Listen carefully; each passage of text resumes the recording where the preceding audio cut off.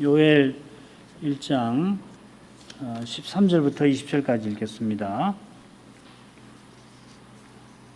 13절부터 읽습니다. 제사장들아 너희는 굵은 배로 동이고 슬피 울지어다. 단에 수종드는 자들아 너희는 곡할지어다. 내 하나님께 수종드는 자들아 너희는 와서 굵은 배를 입고 밤이 맞도록 누울지어다. 이는 소제와 전제를 너희 하나님의 전에 드리지 못함이로다. 너희는 금식일을 정하고 성회를 선포하고 장로들과 이 땅 모든 거민을 너희 하나님 여호와의 전으로 몰수히 모으고 여호와께 부르짖을지어다. 오호라 그 날이여 여호와의 날이 가까이 왔나니 곧 멸망같이 전능자에게로서 이르리로다. 식물이 우리 목전에 끊어지지 아니하였느냐? 기쁨과 즐거움이 우리 하나님의 전에 끊어지지 아니하였느냐? 씨가 흙덩이 아래서 썩어졌고 창고가 비었고 곡간이 무너졌으니 이는 곡식이 시들었음이로다. 생축이 탄식하고 소떼가 민망해하니 이는 꼴이 없음이라. 양떼도 피곤하도다. 여호와여 내가 주께 부르짖으오니 불이 거친 들에 풀을 살랐고 불꽃이 밭의 모든 나무를 살랐음이니이다. 들 짐승도 주를 향하여 헐떡거리오니 시내가 다 말랐고 들의 풀이 불에 탔음이니이다.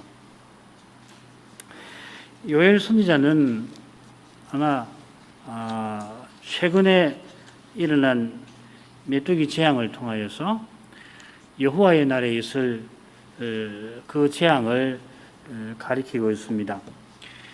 여호와의 날에 물론 전쟁의 재앙이 있을 거고 또 만국의 심판, 열방에 대한 심판이 또 있습니다. 그처럼 여호와의 날이 있기 전에 모든 육체에 성신을 부어주셔서 성신 받은 자들은 주를 불러 구원을 얻게 하십니다. 여호와의 날이 재앙과 심판의 날이지만은 동시에 구원의 날이기도 합니다. 요엘은 세례 요한처럼 심판과 구원이 바로 연이어서 일어날 줄로 생각했습니다. 그런 줄로 알았습니다.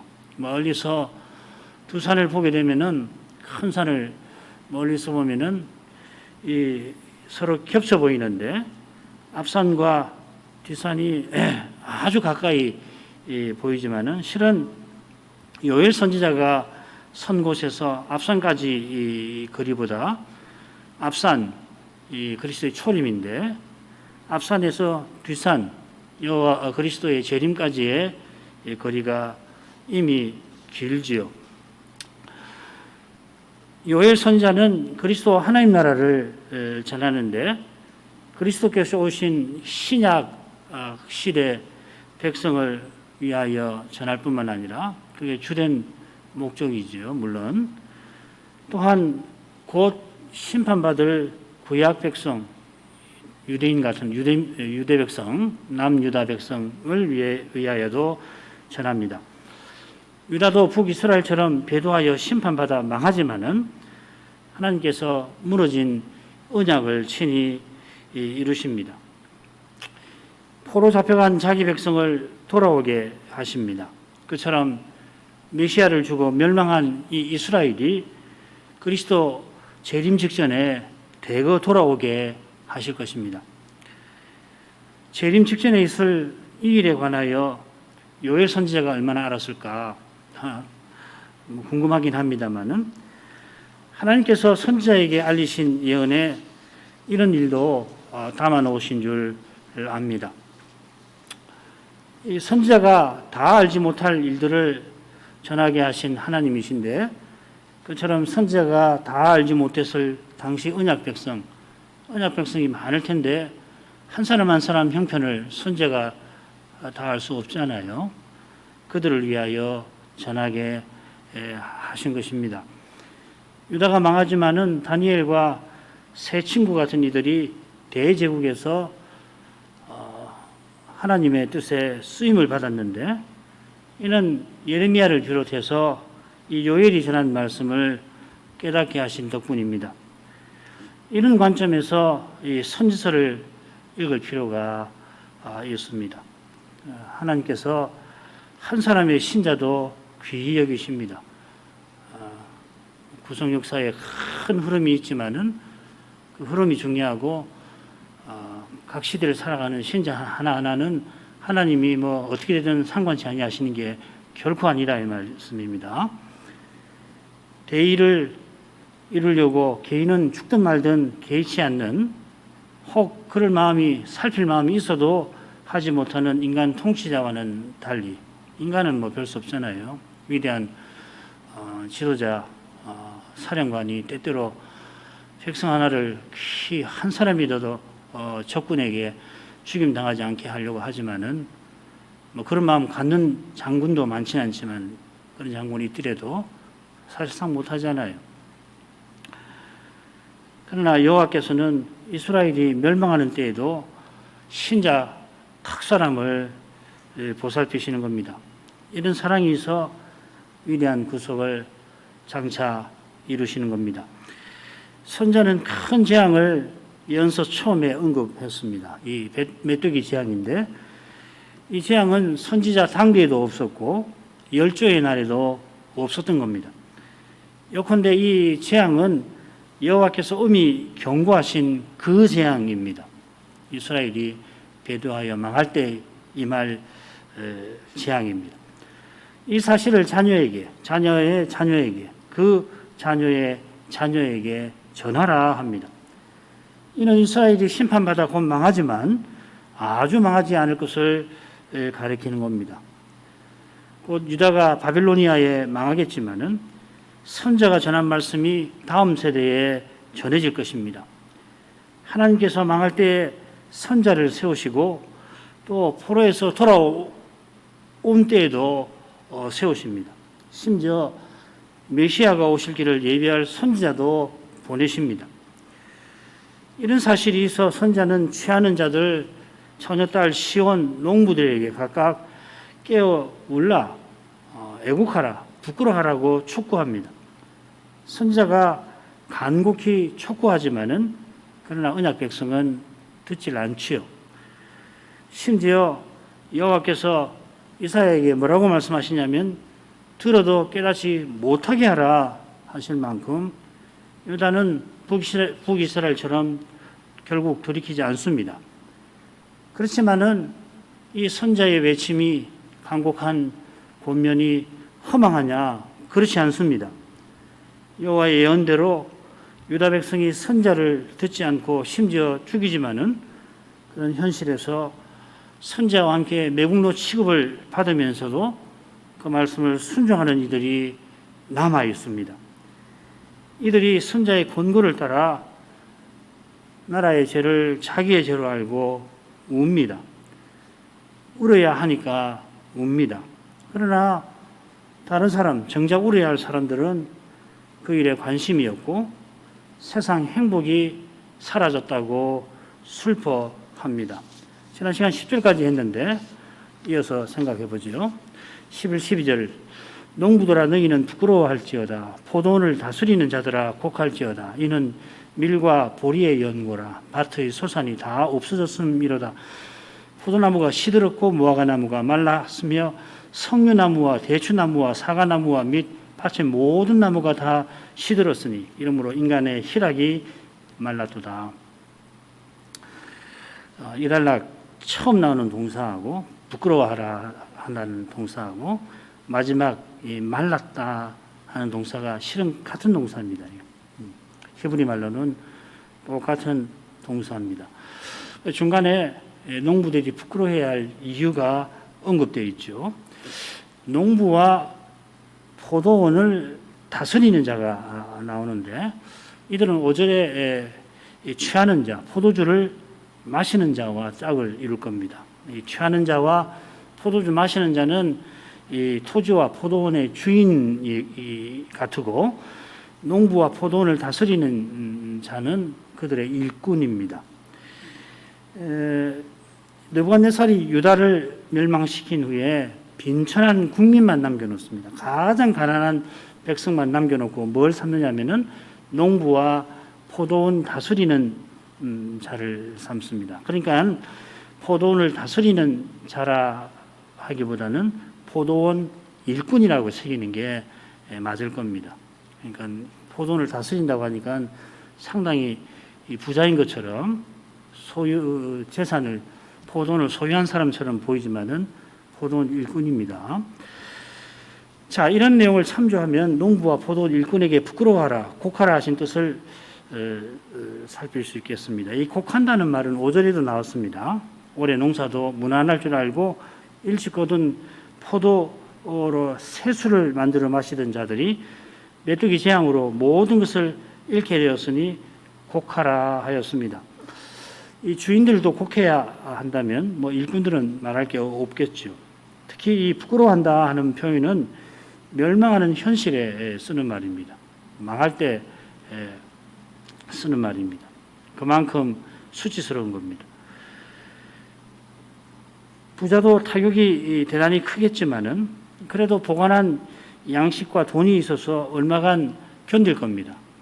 그러나 하루 벌어 하루 먹는 이 일꾼들은 곧장 죽음에 내몰릴 것입니다.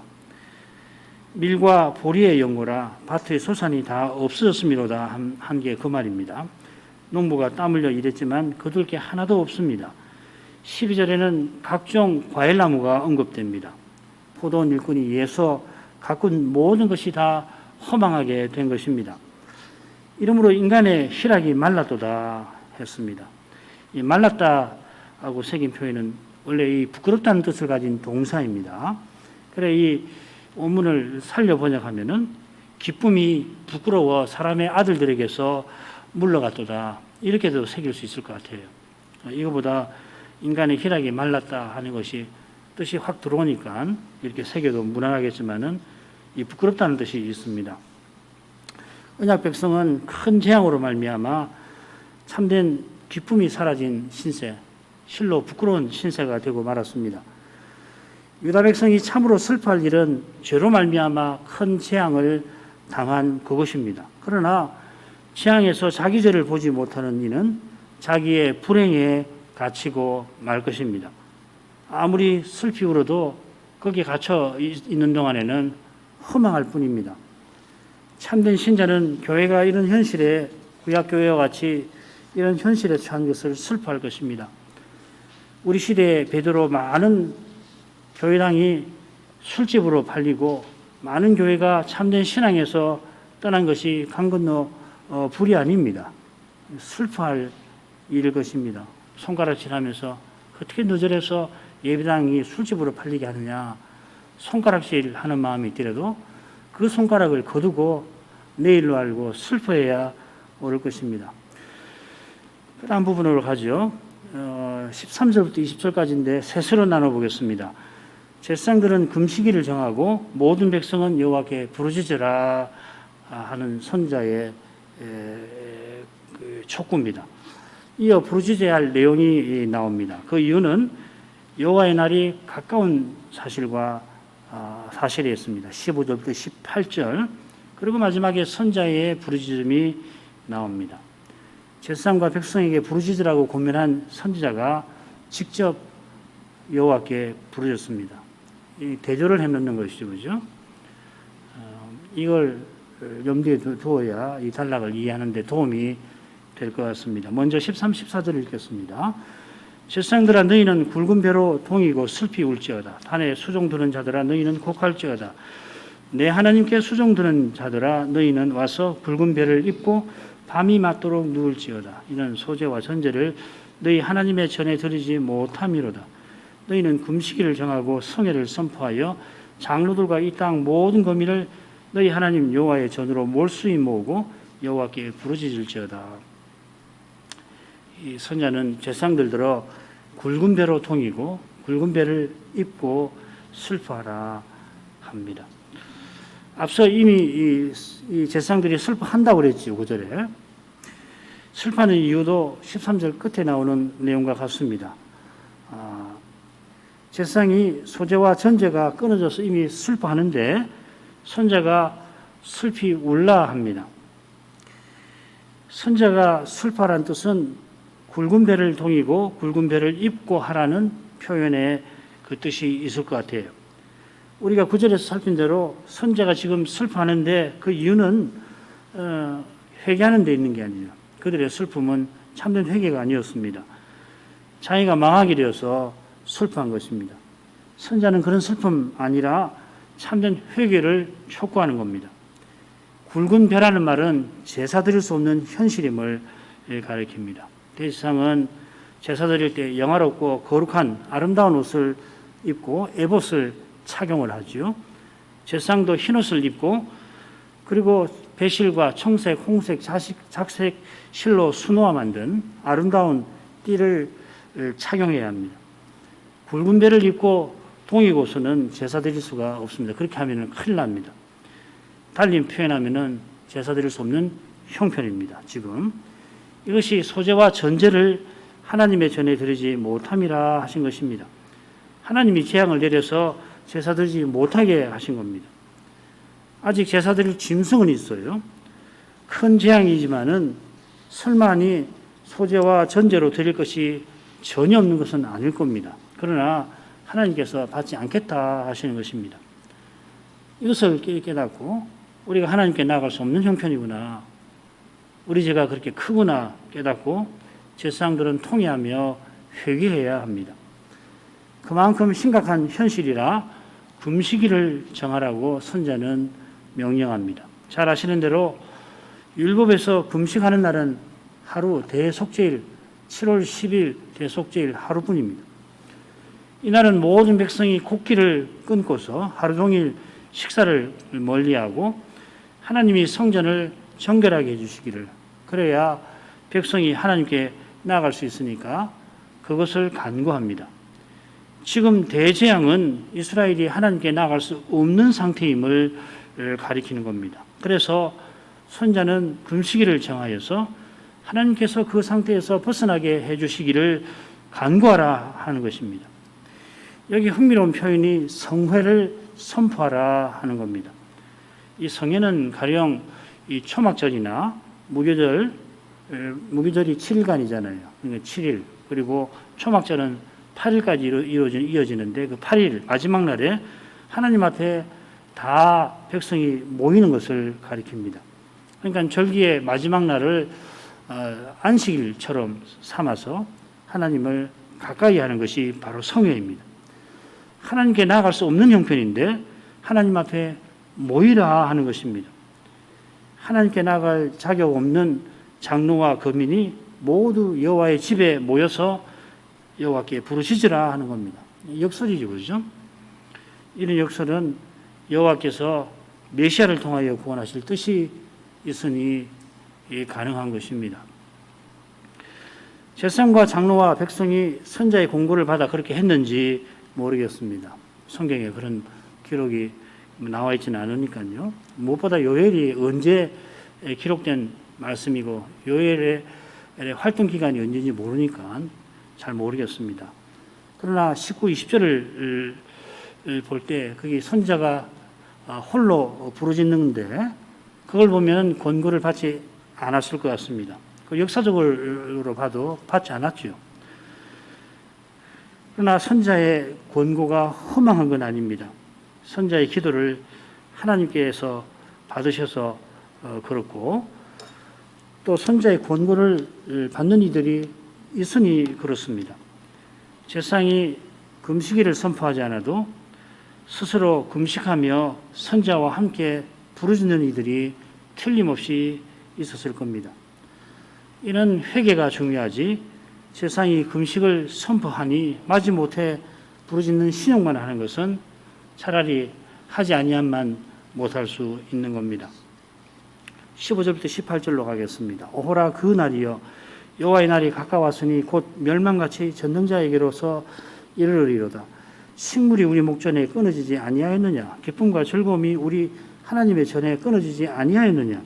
씨가 흙덩이 아래서 썩어졌고 창고가 비었고 곡간이 무너졌으니 이는 곡식이 시들었음이로다. 생축이 탄식하고 소떼가 민망해하니 이는 꼴이 없음이라. 양떼도 피곤하도다. 제사장과 장로와 백성이 금식하며 울어야 할, 부르짖어야 할 이유가 그 날에 있습니다. 오호라 한 것은 슬플 때나 탄식할 때 내는 이 소리인데, 가령 여호와께서 분노를 쏟아 남은 백성을 다 진멸하려 하실 때에 토하는 그런 소리입니다. 지금 선자가 말하는 여호와의 날이 그러한 날입니다. 멸망같이라고 했는데 멸망으로서 이렇게 표현할 수 있을 겁니다. 멸망으로서 그 날이 이럴 것이라 합니다. 멸망의 날이라 할 것입니다. 이 멸망은 전능자가 보내시는 심판입니다. 하나님께서 전능자로서 언약을 다 이루시는데 먼저는 언약을 파기한 자기 백성을 심판해 버리십니다. 지금 선지가 말하는 여호와의 날은 여호와께서 그처럼 심판하시는 날이겠습니다. 지금 메뚜기 재앙이 두려운 이유가 뭐냐면 그 재앙이 여호와의 날을 가리키는 데 있습니다. 그 날이 가까웠습니다. 이 가까웠다라는 말은 우리말을 안 쓰는 말이죠. 그죠? 우리에게는 익숙하지만은 가깝다 아니면은 가까이 왔다 이렇게 해야 될 겁니다. 원문은 가깝다 이렇게 되어 있습니다. 이는 여호와께서 신실하신 것과 붙어 있습니다. 여호와께서 얼마나 신실하신지 하루를 천년처럼 여기십니다. 얼마나 자비하신지 천년을 하루처럼 여기며 인생의 죄를 길이 참으시는데 만일 그리하시지 아니한다면은 그분의 신실함으로 말미암아 심판은 금방이라도 들이닥칠 겁니다. 이게 선자가 가깝다 한 것입니다. 그만큼 유다의 현실은 심각하고 급박합니다. 현실이 이런데도 메뚜기 재앙에서 놓이게 되면 언제 그랬냐는 듯이 태평하게 살아가기가 쉽습니다. 과연 그렇게 살았을 것입니다. 선자는 이런 안이한 마음을 품지 못하게 하는 것입니다. 주의 심판이 당장이라도 임할 줄을 알고 겸비한 태도를 취하게 합니다. 과연 주께서 속히 다시 오시기를 구하는 이가 죄와 죽음의 현실에서 믿음의 길을 담대히 걸어가는 것입니다. 내게 사는 것이 그리스도시니 죽는 것도 유익함이라 고백하며 죽음을 기꺼이 대면하는 것입니다. 지금 유다는 곧 나라가 망할 처지입니다. 그 징조가 바로 메뚜기 재앙입니다. 이 재앙에서 여호와의 날을 보아야 합니다. 선자는 지금 그것을 촉구합니다. 여호와의 날이 가깝다. 주께서 언제 오셔서 심판하실지 모른다 하시는 것입니다. 메뚜기 재앙으로 식물이 우리 목전에 끊어지고 기쁨과 즐거움이 하나님의 전에서 끊어졌다 하였습니다. 하나님의 전에서 끊어진 기쁨과 즐거움이 바로 소재와 전제인데 소재와 전제로 드리는 밀과 포도주는 또한 백성에게 식물입니다. 하나님께서 주시는 음식이 언약 백성에게 기쁨과 즐거움입니다. 주신 그것을 하나님께 드림으로 감사와 찬송을 드리는 것입니다. 그런 일이 이제 끊어졌습니다. 먹지 못해 죽기에 생기긴 했습니다마는 실은 하나님을 가까이 하는 참 기쁨과 즐거움에서 끊어지게 생겼습니다. 그처럼 기근이 없더라도 하나님께 가정한 제사를 드리는 것이 이미 재앙입니다. 이사야서 1장 4절이 바로 그것입니다. 1장은 히스기야 때 이스라엘이 개혁을 해가지고서 많은 제사를 드린 그걸 가리켜서 선지자의 눈으로 그 일이 실상이 뭔가를 전하는 거 아니에요. 거기 보면은 화로다 범죄한 나라요. 오늘날 많은 교회에서 그저 기독교 예배 예식만을 치르면서도 이게 잘못인지 모르는 이것이 실로 두려운 일입니다. 하나님의 거룩한 사랑의 영광을 뵙는 일은 그런 참된 기쁨은 없고 그저 사람 사귀는 즐거움과 자기 욕심 채우는 쾌락만 교회에 가득한 이것은 재앙입니다. 이런 재앙이 온 세상에 지금 벌어져 있잖아요. 17절은 메뚜기 재앙에 이어 가뭄이 든 것을 가리키는 것 같습니다. 씨가 흙덩이 아래서 썩어졌습니다. 사실 이 부분, 이 번역이 정확히 뭔지 단정할 수 있는 학자는 아무도 없습니다. 왜냐하면은 이 내낱말인데 새 낱말이 구약 전체에서 이곳에만 단 한 번 쓰이는 것이라 그래서 이제 주변 언어를 참고해 가지고 번역을 이렇게 해놨습니다. 그런데 문맥을 보면 이 번역이 괜찮은 것 같아요. 씨가 흙덩이 아래서 썩어졌다.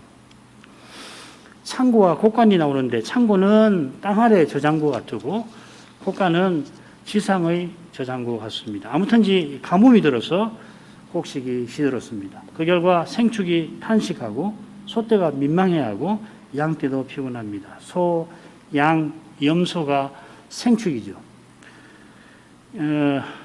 20절에 그 들짐승도 했는데 그 들짐승이랑 같은 말인데 여기도 육축이라고 번역하는 것이 더 나을 거라 생각이 듭니다. 아무튼지 꼴이 없으니 소떼가 민망해한다 했는데 이리저리 떠돌아다니는 겁니다. 먹을 게 없으니까 소 꼴을 못 먹이니까 소떼가 그냥 지가 알아서 풀을 찾아 다니는 모습입니다. 양떼가 피곤하다고 했는데 이게 뭐냐면 벌 받는 걸 가리키는 아샴이라는 말인데 벌 받아 고통을 당하는 겁니다. 형벌을 받아 고통을 당하는 사용된 동사들이 실은 재앙 아래 이스라엘의 모습을 암시하는 것 같습니다. 탄식도 마찬가지죠. 메뚜기 재앙에도 이스라엘이 슬퍼할 뻔 회개하지 아니하니까 가뭄 재앙도 내리신 것 같습니다. 레위기 26장 19절 20절에 아주 유명한 말씀 나오죠. 너희 하늘로 철과 같게 하며 너희 땅으로 녹과 같게 하리니. 이런 점에 비추어 마지막 단락을 간단히 보겠습니다. 19, 20절입니다. 여호와여 내가 주께 부르짖으오니 불이 거친 들의 풀을 살랐고 불꽃이 밭의 모든 나무를 살랐음이니이다. 들짐승도 주를 향하여 헐떡거리오니 시내가 다 말랐고 들의 풀이 불에 탔음이니이다. 선자가 여호와를 부르며 부르짖습니다. 이 부르짖는다는 말을 요엘에서 모두 6번 쓰고 있습니다. 이 표현이 성회를 소집한다 할 때, 또 열국에 하나님 하신 일을 광포한다, 또 주께서 부르신다 하는 데 쓰이고, 나머지 두 번은 여호와를 부르는 데 사용합니다. 여기하고 그 다음에 2장 32절인데 장차 성신이 임하시는 사람들이 여호와를 불러서 구원을 얻는다 할 때 거기 여호와를 부른다 하는 말이죠. 이것은 지금 선자가 부르짖는 것과 붙어 있습니다. 주의 이름을 불러서 구원 얻는 것. 선자는 여호와께 구원을 부르짖고 있습니다. 부르짖는 이유는 불이 거친 들에 풀을 사르고 불꽃이 밭의 모든 나무를 사른 거기에 있습니다. 극심한 가뭄이 들이닥친 겁니다. 그래 18절처럼 들짐승도 주를 향하여 헐떡인다 했습니다. 20절에 그렇게 나오죠. 그죠? 들짐승도 주를 향하여 헐떡이오며 가뭄이 극심해서 시내가 다 말랐고 그처럼 들의 풀이 가뭄에 시들었기 때문에 그렇습니다. 19절처럼 여기도 불이 나오죠. 실제로 들판에 불길이 일어난 건 아닙니다. 불에 타듯이 가뭄이 심한 것을 가리킵니다. 특별히 불의 이미지를 사용한 것은 이 가뭄이 하나님의 불같은 심판임을 가리킬 겁니다. 들짐승이 주를 향하여 헐떡인다. 선자가 표현한 데 주목할 만한 이유가 있습니다. 선자가 주를 향하여 부르짖는데 그런 선자의 눈에 들짐승이 언약 백성의 저로 말미암아 괴로워하는 모습이 보인 것입니다. 똑같이 주를 향하여 그리고 여기 나오는 중요한 표현들 헐떡인다는 표현, 주를 향한다는 표현이 시편 42편 1절에 나옵니다. 하나님의 사슴이 시냇물을 찾기에 갈급함같이 여기 헐떡인다는 말 같은 말입니다. 내 영혼이 주를 향하여 갈급하나이다. 말씀드린 대로 이 요엘 1장 20절에 헐떡인다는 표현이 시편 42편에 갈급하다 이렇게 새겨져 있습니다. 물이니까 특별히 그렇게 있겠죠. 이스라엘의 시내는 와디라서 이 우기에는 시냇물이 흐르지만은 건기가 되면은 시내가 말라서 물을 찾기가 힘듭니다. 사슴이 건기에 마실 물을 간절히 찾듯이 시인은 포로 잡혀가는 현실에서 여호와를 간절히 찾습니다. 시편 42편 6절에 보면은 요단 땅과 헤브론과 미살산에서 이게 포로 잡혀가는 현실이죠, 그죠? 그 내용은 참고해 보시면 됩니다. 그처럼 요엘 선자는 곧 포로 잡혀갈 현실에서 여호와께 부르짖습니다. 피조물이 언약 백성의 죄로 괴로움 당하는 모습을 보면서 죄와 죽음의 현실 가운데서 외로이 고난받습니다. 그러니까 들짐승이 부르짖는 것도 들을 수 있죠. 바울 사도가 피조물이 탄식하는 소리를 듣는 것처럼 말이에요. 얼마나 이 죄를 깨닫는 깊이가 깊으면은 이 사도는 피조물이 탄식하는 소리를 들었습니다. 지금 선지자도 그런 것 같아요. 과연 죄와 죽음의 현실에서 고난받는 이는 외롭습니다. 고난은 나누어 겪지 못하는 겁니다. 물론 함께 고난받습니다마는 자신이 받는 그 괴로움을 누구와도 나눠받지 못하니 실로 외롭습니다. 주님께서 겟세마네에서 홀로 아버지께 부르짖으신 것처럼 십자가에서는 아무도 주님의 고난을 나눠받지 않았고 그럴 수도 없었습니다. 주님이 그처럼 홀로 고난받으신 까닭에 연약한 우리도 주님처럼 고난받게 된 것입니다. 심지어 주님과 함께 고난받게 하십니다. 주님께서 우리와 함께 고난받아 주시는 것입니다. 주님께서 함께 고난을 받아주시니 주님 안에서 우리도 함께 고난받습니다. 철저히 외롭게 고난받는 이가 참으로 함께합니다. 지금 여기서 이보다 더 함께 있는 길은 없을 겁니다. 이런 사랑은 죽을 고비를 넘나드는 전우회보다도 강할 것입니다. 그 예를 히브리서에서 찾아 읽겠습니다. 히브리서 10장 33, 34절 혹 비방과 환난으로서 사람에게 굴금거리가 되고 혹 이런 형편에 있는 자들로 사귀는 자 되었으니 너희가 갇힌 자를 동정하고 너희 산업을 빼앗기는 것도 기쁘게 당한 것은 더 낫고 영원한 산업이 있는 줄 압니다. 비방과 환난을 받아 사람들에게 손가락질 당한 사람이 이런 형편에 있는 자들의 친구가 되는 것입니다.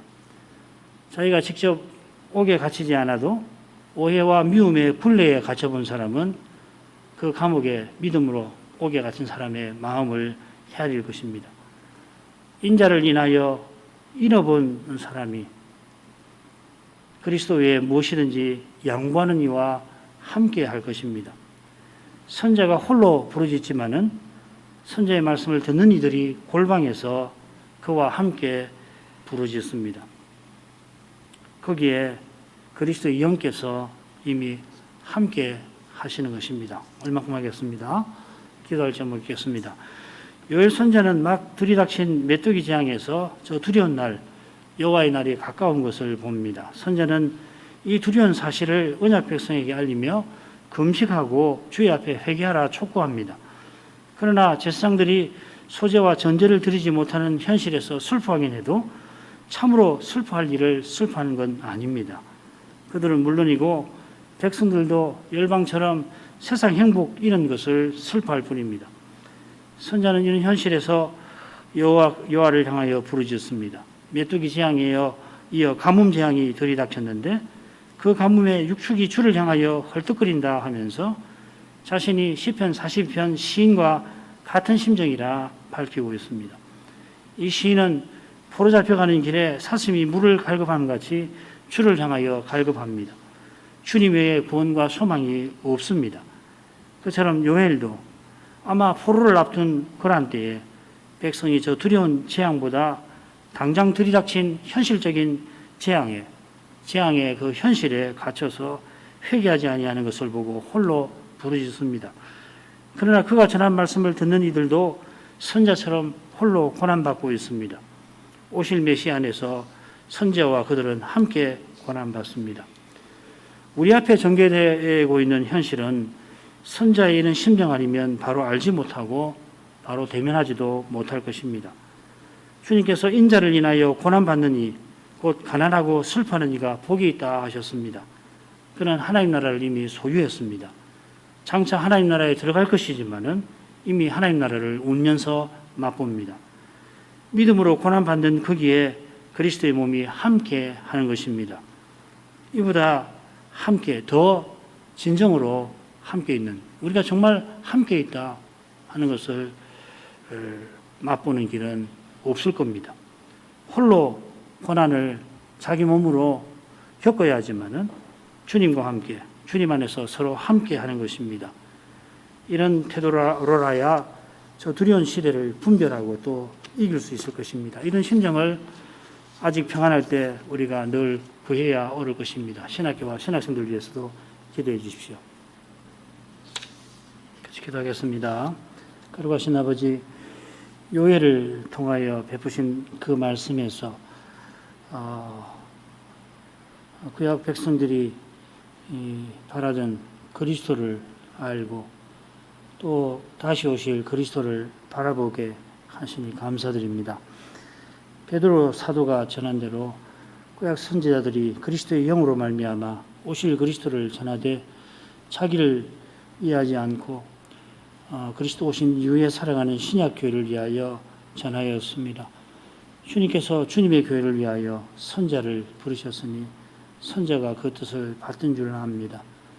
선자가 전한 대로 그리스도께서 마침내 이 세상에 오셨고 하나님 언약을 십자가와 부활로 이루시며 이제 회개의 복음이 이방인에게도 전파되게 하십니다. 그리스도의 풍성이 이방인 가운데에서도 드러나게 하시는 거기서 하나님께서 만세전에 택하신 정하신 뜻이 있는 줄을 압니다. 그 뜻을 이루려고 하나님께서 친히 사람이 되셨습니다. 이 순간에도 부활하신 그리스도께서 그 뜻을 성취하고 계시는 줄 압니다. 그 증거가 이 세상이 오늘도 이만큼 유지되는 데에 있고 특별히 주님의 교회가 이처럼 하나님을 부르는 데에 있겠습니다. 그 뜻이 성취되고 있는지 사람의 눈에는 보이지 아니합니다. 사람의 눈은 그 뜻이 성취되는 그 현장에 있어도 바로 보지를 못합니다.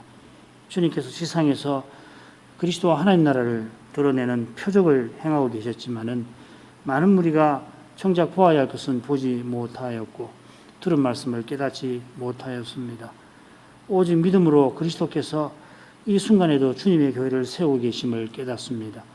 그처럼 주님이 교회를 세워가시는 방식이 사람의 생각과 경험을 훌쩍 넘어섭니다. 믿음의 눈에도 그 방식은 여전히 신비합니다. 그러므로 믿는 이가 주님의 은혜로 말미암아 깨닫고 찬송을 드리게 하십니다.